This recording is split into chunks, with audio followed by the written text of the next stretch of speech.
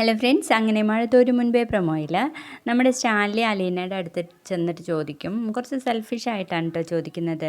ബാലേന്ദ്രൻ ഇവിടെ വന്ന സമയത്ത് നീ ഒരുപാട് തവണ അയാളെ അച്ചാന്ന് വിളിക്കുന്നത് കേട്ടല്ലോ, പക്ഷേ നീ എന്താ എന്നെ പപ്പാന്നൊന്നും വിളിക്കാത്തേ എന്ന് ചോദിക്കുമ്പോൾ നമ്മുടെ അലീന ഇങ്ങനൊരു വികാരം മൂപ്പരുടെ മനസ്സിലുണ്ടായിരുന്നോ എന്നുള്ള ഭാവത്തിലാണ് കേട്ടോ നോക്കുന്നത്. അന്നേരം നമ്മുടെ അലീന പറയും, ഇപ്പോഴേ ഞാൻ പപ്പ എന്ന് വിളിക്കുമ്പോൾ എല്ലാവർക്കും ആ ഒരു ബഹുമാനം എന്നോട് കാണും, പക്ഷേ ഒരു അനാഥ ഒരു വേലക്കാരി ആയിരുന്ന ഞാൻ ഒരു രാജാവിൻ്റെ മകളായിട്ട് അംഗീകരിക്കുമ്പോഴല്ല അതിൻ്റെ ഒരു ത്രില്ല് എന്നൊക്കെ പറയുമ്പോൾ നമ്മുടെ സ്റ്റാൻലിക്ക് അത് ഇഷ്ടപ്പെടും കേട്ടോ, അലീനയുടെ ആ ഒരു വർത്താനൊക്കെ. അന്നേരം അലീന ഇഷ്ടം പോലെ ചെയ്യുമെന്ന് പറഞ്ഞിട്ട് ഷെയ്ക്കൻ്റെ ഒക്കെ കൊടുക്കുന്നുണ്ട്. ശേഷം കാണിക്കുന്നത് നമ്മുടെ ഔതക്കുട്ടി ചായം വരുന്നുണ്ട്. സ്റ്റാൻലിയോട് ഭയങ്കരമായിട്ട് ദേഷ്യപ്പെടുകയാണ് കേട്ടോ. നിന്റെ ഏത് കൊമ്പത്തെ മകളായാലും വേണ്ടിയില്ല, അതൊക്കെ അങ്ങ് തൃഷ്ണാപ്പള്ളിയിൽ ഇവിടെ നടക്കൂല, അവളെ ഞാൻ ഇപ്പൊ തന്നെ പറപ്പിച്ചു വിടും എന്നൊക്കെ പറഞ്ഞിട്ടാണ് അകത്തേക്ക് കയറി ചെല്ലുന്നത്.